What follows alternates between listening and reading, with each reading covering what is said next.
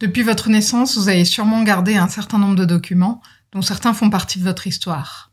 Mais il faut savoir éliminer pour mieux trier et s'y retrouver.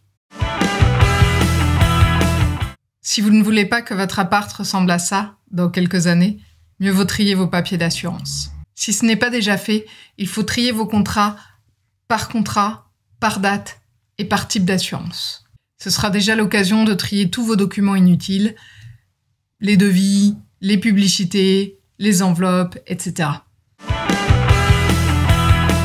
Il y a déjà les contrats que vous devez garder toute votre vie.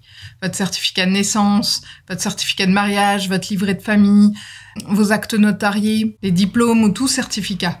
Les contrats d'assurance, eux, y compris les conditions particulières, les conditions générales, sont à garder tout le long du contrat et jusqu'à 2 ans après la résiliation. Les avis d'échéance, eux, doivent être gardés jusqu'à 2 ans après la résiliation parce que c'est la durée pendant laquelle l'assurance peut vous réclamer un montant qui n'aurait pas été payé.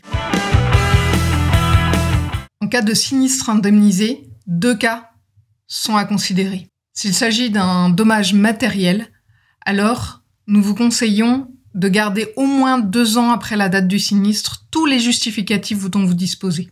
S'il y a eu des dommages corporels, alors cette durée passe à 10 ans.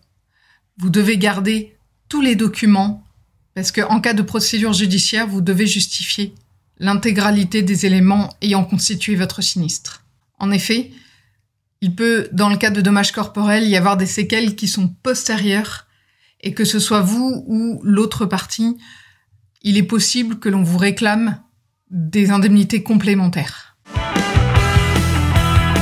Les documents financiers tels que vos avis d'imposition, vos relevés de compte ou vos certificats de paiement sont à garder pendant 3 ans pleins, donc gardez-les 4 ans pour ne pas faire d'impair.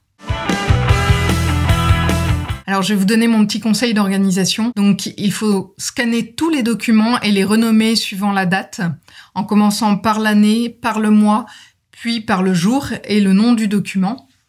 Comme ça, en cas de problème, ça vous permet de faire une recherche sur votre ordinateur. Vous irez beaucoup plus vite que de rechercher un par un dans vos documents les éléments que vous recherchez. Ce dossier scanné doit être également sauvegardé dans un NAS ou un cloud.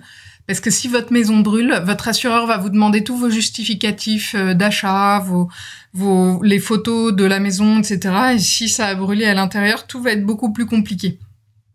Donc prenez des photos aussi des éléments qui constituent votre intérieur, de tout ce qui est assurable, et vous le mettez bien sur un cloud pour pouvoir les retrouver facilement en cas de sinistre.